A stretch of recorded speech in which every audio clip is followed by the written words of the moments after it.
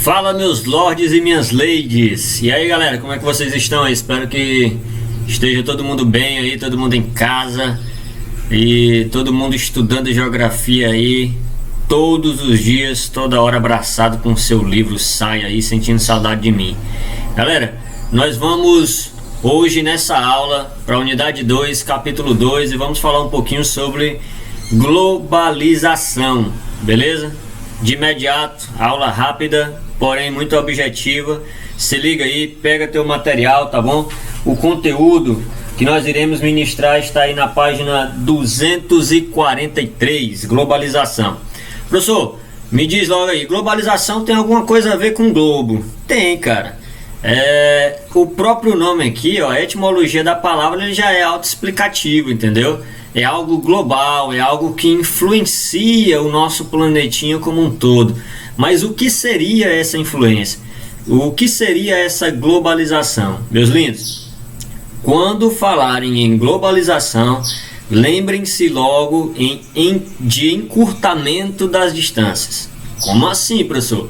Quer dizer que globalizar é pegar o território dos Estados Unidos, pegar o território europeu e unir, diminuir a área territorial, a distância entre esses países? Não, cara, não é a distância territorial, mas a proximidade entre os países. A partir do momento em que os países começaram a manter relações econômicas, ter contato, e civilizações começaram a interagir economicamente, desde o período lá do escambo, e isso houve uma explosão muito grande durante o século XV com as grandes navegações. A partir do momento em que as sociedades passaram a interagir, galera, aí iniciou-se esse processo de globalização, e hoje ele é intenso e acontece praticamente em tempo real.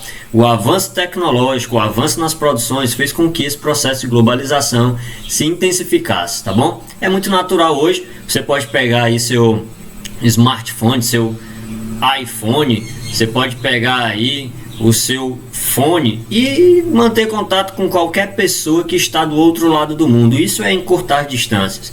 Isso é uma das consequências da globalização, ok? Bom, vamos lá. Vamos aí, o que é globalização?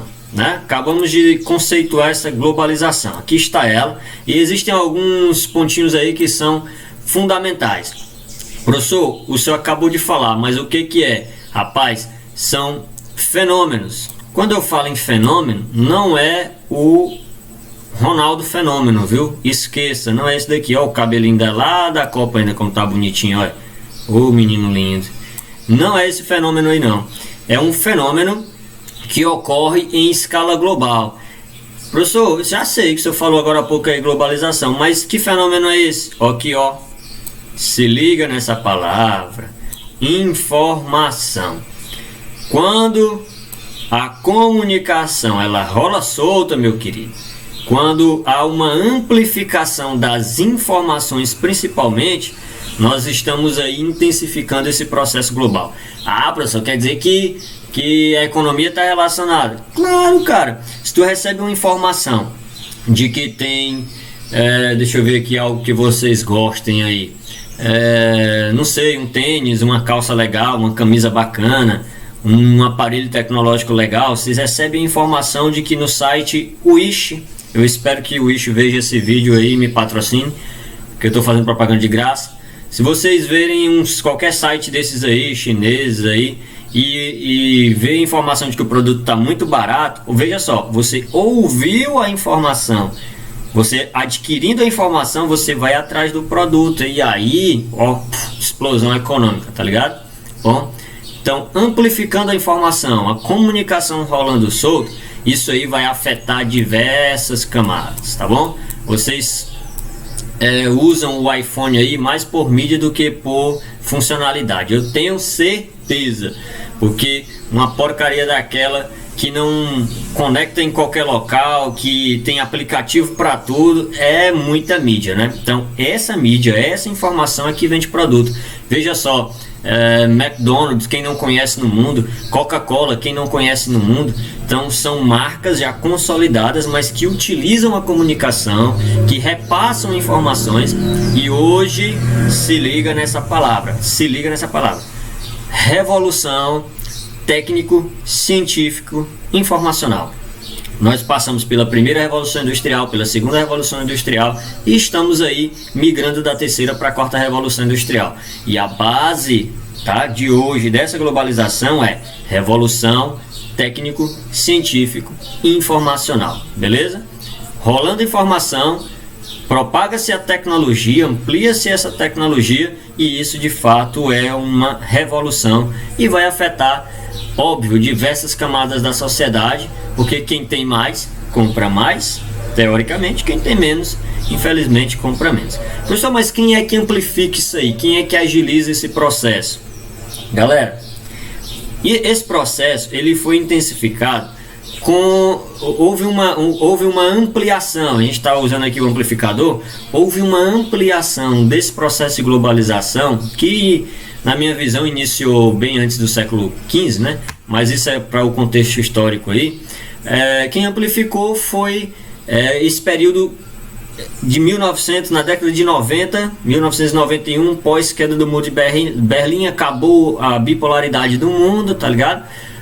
Houve uma nova ordem que surgiu, que foi a ordem multipolar. Com o surgimento dessa ordem multipolar, surgiram então os chamados blocos econômicos. Professor, por quê? Galera, acabou esse período aí de divisão entre capitalismo e socialismo. O capitalismo reinou e está reinando e imperando no mundo inteiro, beleza?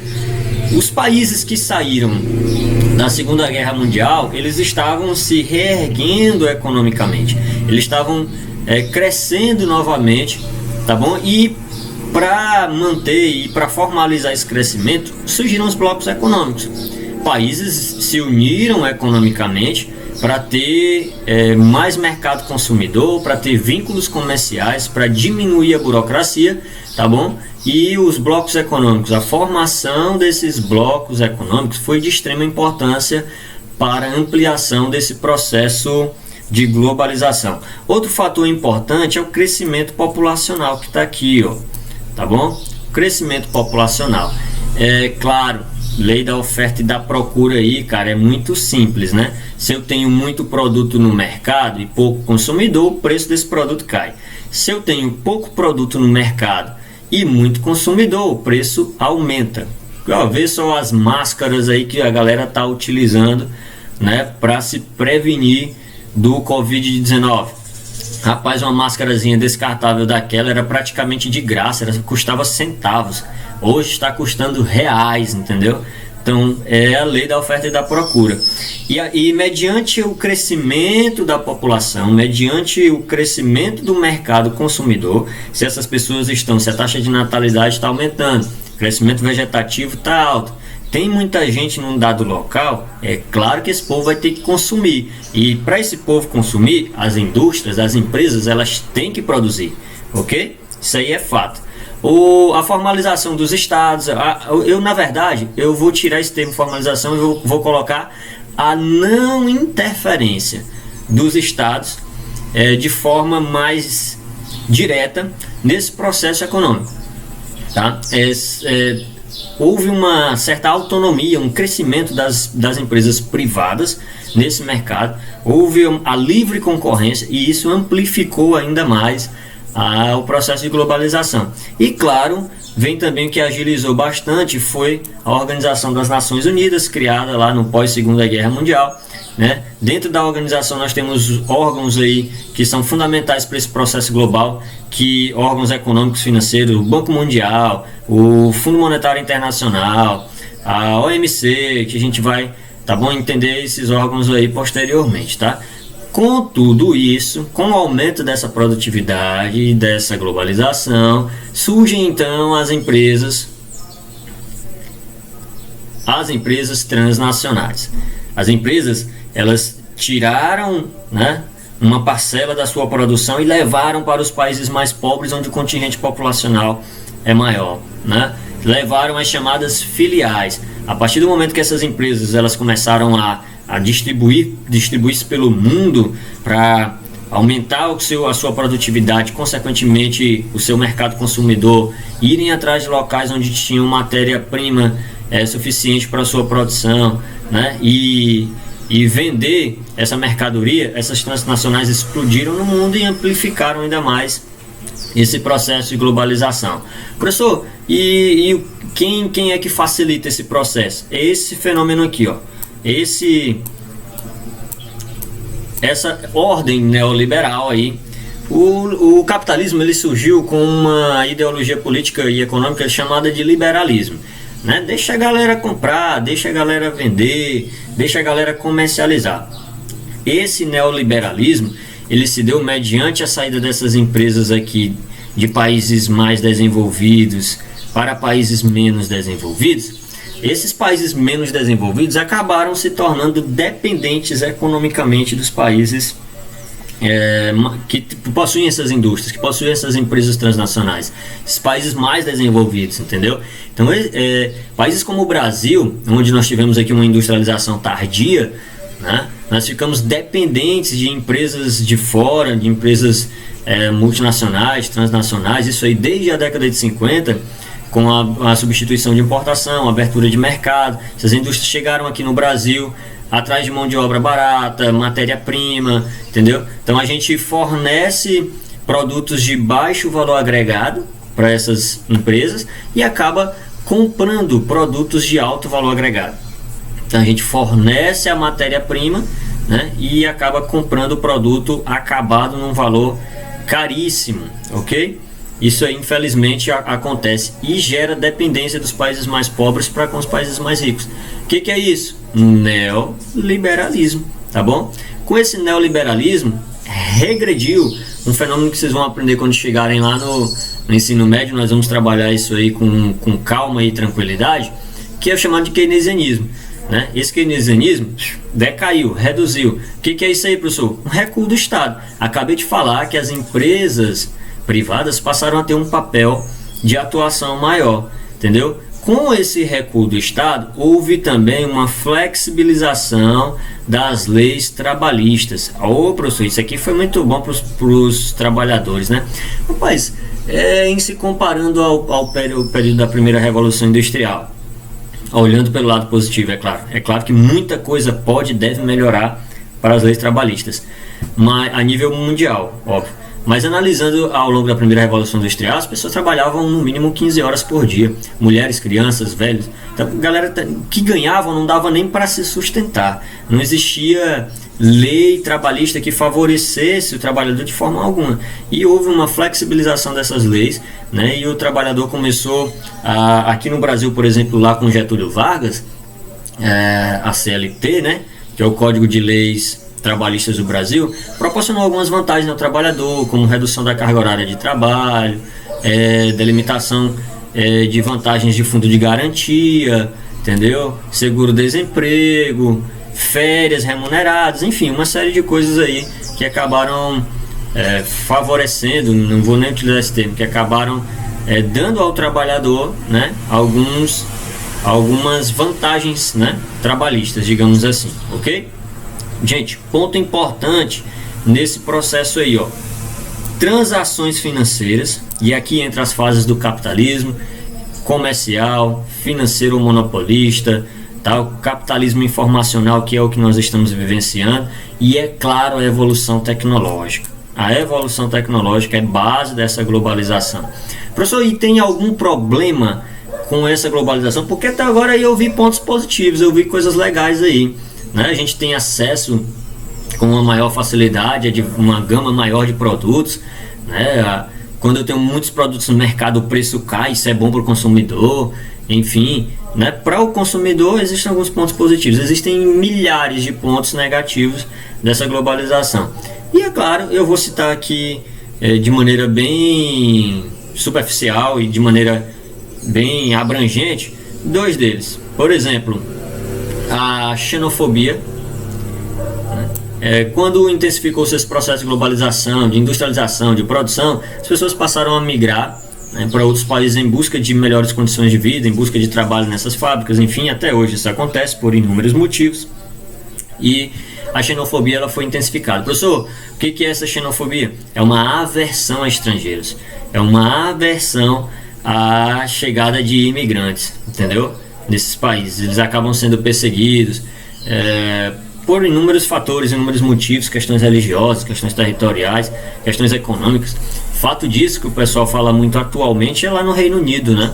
Que eles saíram, a população decidiu sair da União Europeia porque com a abertura livre acesso de pessoas e mercadorias, muita gente adentrava ao Reino Unido e isso era um prejuízo econômico para o país, né? Eles investiam muito.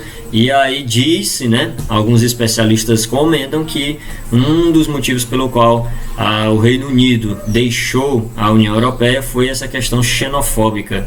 Eles têm uma certa aversão a estrangeiros e queriam evitar uma invasão desses estrangeiros lá na região, né? É o que comentam, mas enfim.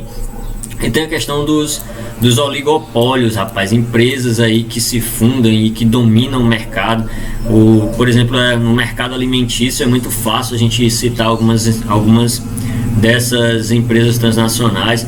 A Coca-Cola no ramo de bebidas, né? Se tiver algum produto, alguma bebida que esteja tomando o mercado, eles têm uma análise muito bem aprimorada disso, e a Coca-Cola vai lá e põe mesmo para comprar a fábrica do concorrente exatamente para monopolizar o setor. A gente pode citar o exemplo aí não tão recente, mas que é bem claro, da Sadia e da Perdigão, né, que estão aí monopolizando o mercado alimentício, e por aí tem outras indústrias, outras empresas aí que acabam se fundindo, né, ocasionando os trustes aí e dominando o mercado consumidor. Bom, no contexto histórico, né, passando aqui para vocês se ligarem um pouquinho, dentro desse capitalismo financeiro ou monopolista que nós estamos aí ainda migrando dele para o capitalismo informacional, existem alguns pontos importantes que eu coloquei aqui para vocês, tipo a concentração de capital, né? Tem que agariar fundos, recursos e sabe, é necessário que isso ocorra. A formação dessas transnacionais que eu acabei de falar para vocês agora há pouco, a lei da oferta e da procura, o livre comércio vai me proporcionar uma elevada competição, o neoliberalismo que eu acabei de dizer para vocês aí, ponto importantíssimo, a formação de monopólios, acabei de citar o caso aí das empresas alimentícias, o aumento do fluxo de trocas de mercadoria, né? Não é escambo, mas trocas de matéria, produtos de menor valor agregado pelo de maior, e enfim, a interdependência econômica, né? Países que se tornam autossuficientes e países que se tornam totalmente independentes, ou pior ainda, países que se tornam dependentes, né, em sua maioria desses países produtores, esses países que têm em sua maioria a base econômica e industrial bem desenvolvida e dispersa pelo mundo, onde a maioria dos países mais pobres, emergentes e subdesenvolvidos não possuem, e acabam se tornando dependentes desses países mais ricos. E a internacionalização de capital.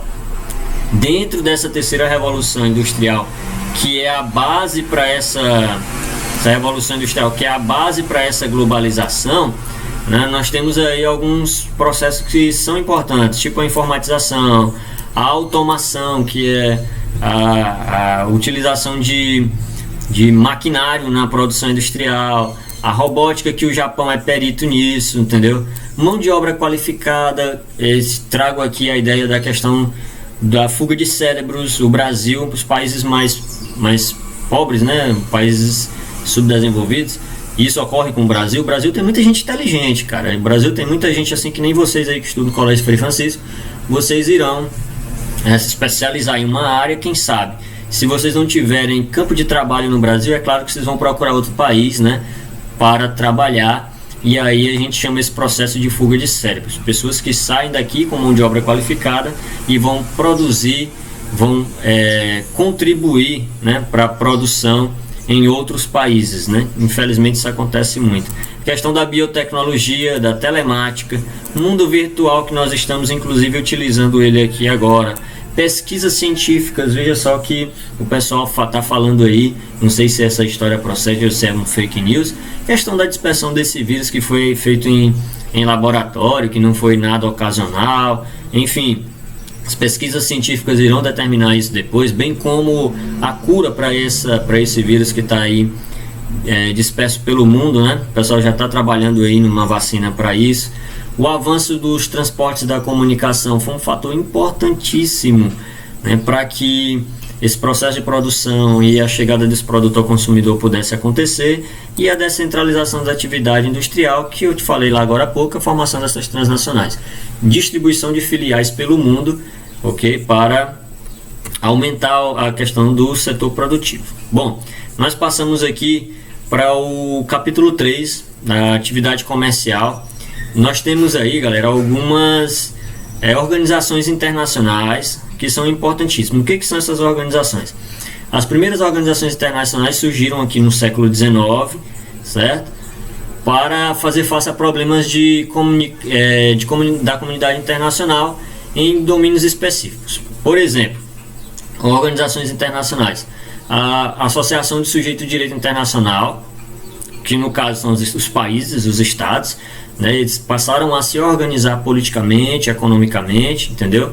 Para minimizar os problemas, diversos problemas territoriais, políticos, enfim, de diversos fatores.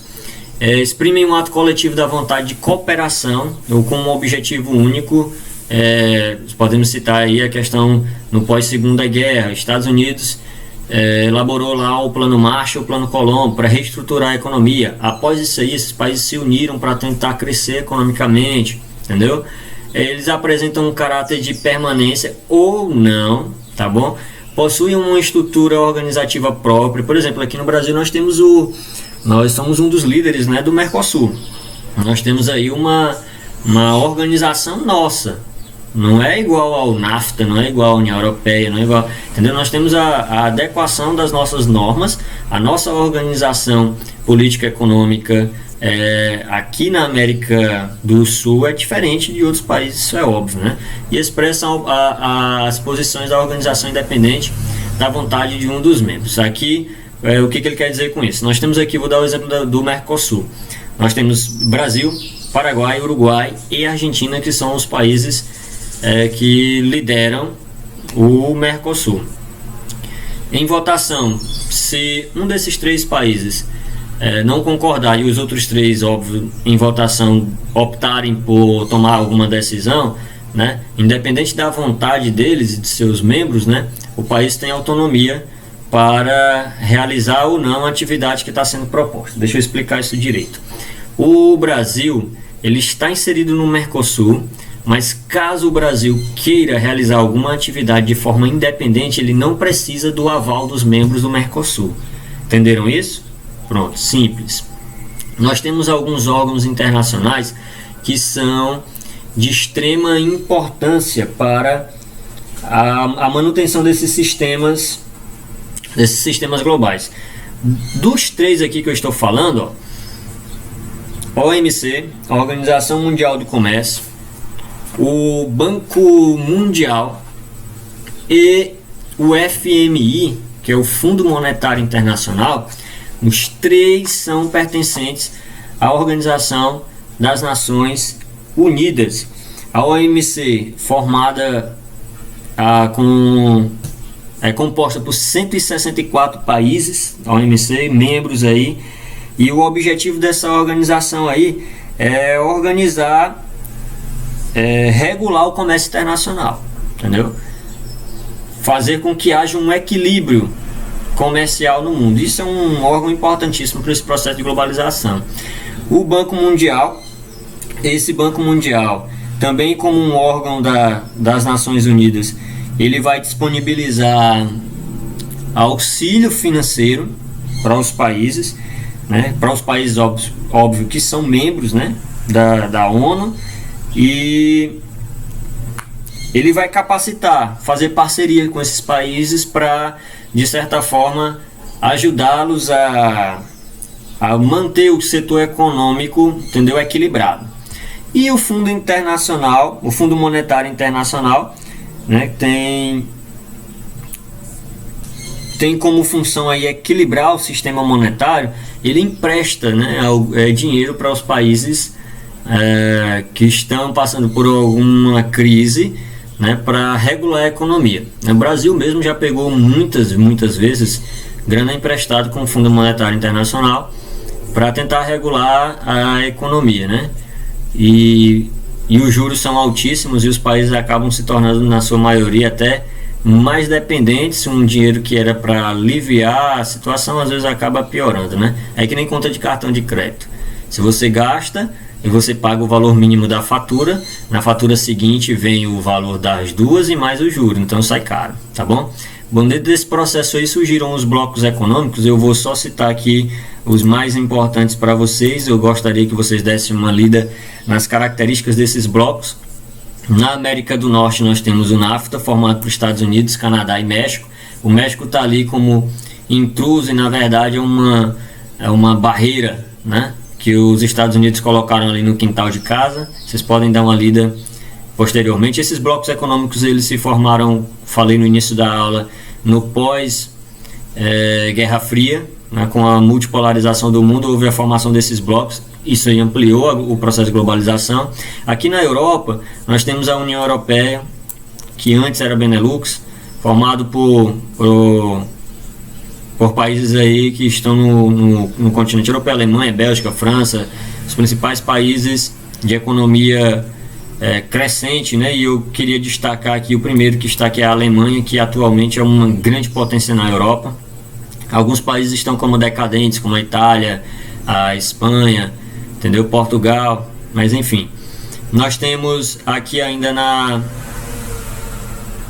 África, ok? Nós temos o mercado comum dos países do leste do sul-africano, leste sul-africano, continente africano.